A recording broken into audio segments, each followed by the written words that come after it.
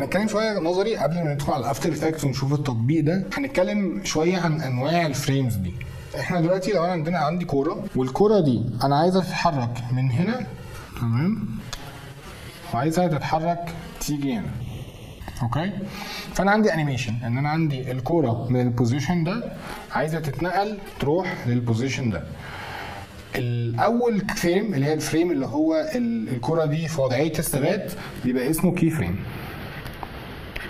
ده الفريم الاساسي اللي بتبدا عنده الحركه، تمام.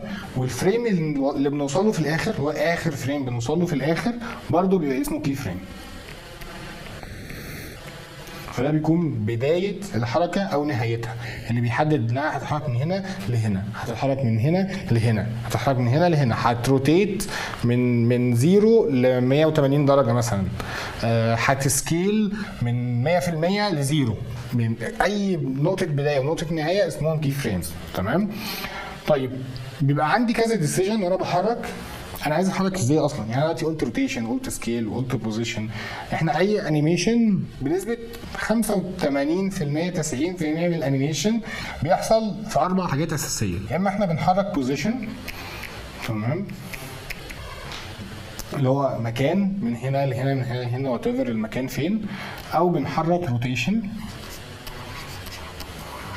ان احنا بنروتيت حاجه، الحاجه بتلف حوالين نقطه معينه، او بنتحرك بسكيل ان حاجه بتكبر حاجه بتصغر، او اوباسيتي، تمام، الحاجه بتختفي وتظهر، نسبه شفافيه الحاجه دي ايه. طيب في الافتر افكت عندنا الاربع بروبرتيز دول، تمام، هم اسمهم بروبرتيز ليهم اختصارات، تمام. فاول حاجه البي، تمام، ده اختصار بوزيشن. الار اختصار الروتيشن. الاس اختصار السكيل. واخر حاجه التي اختصار الاوباسيتي، معرفش ليه مش او بس هي تي. فانا ده بيبقى اول ديسيجن لازم اخد قرار فيه. انا هحرك الحاجه دي ايه، يعني هحرك فيها ايه؟ هل هحرك بوزيشن، هل هحرك روتيشن، هل هحرك سكيل، هل هعمل اوباسيتي؟ فده اول قرار هنتعلم ان احنا ناخده بناء على ايه، تمام.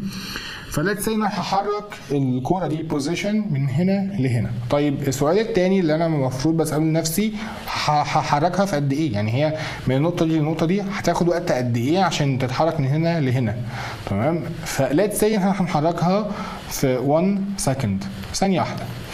فانا كده بقول للافتر افكت لما هاجي اشتغل او عامه في الانيميشن عامه، مش شرط الافتر افكت بس، ان انا بقول له ان انا هتحرك من النقطه للنقطه دي في ثانيه. فانا عارف ان لازم ولا بد ان كده الفريمز اللي في النص دي كلها من اول هنا لحد هنا دول هيبقوا 24 فريم.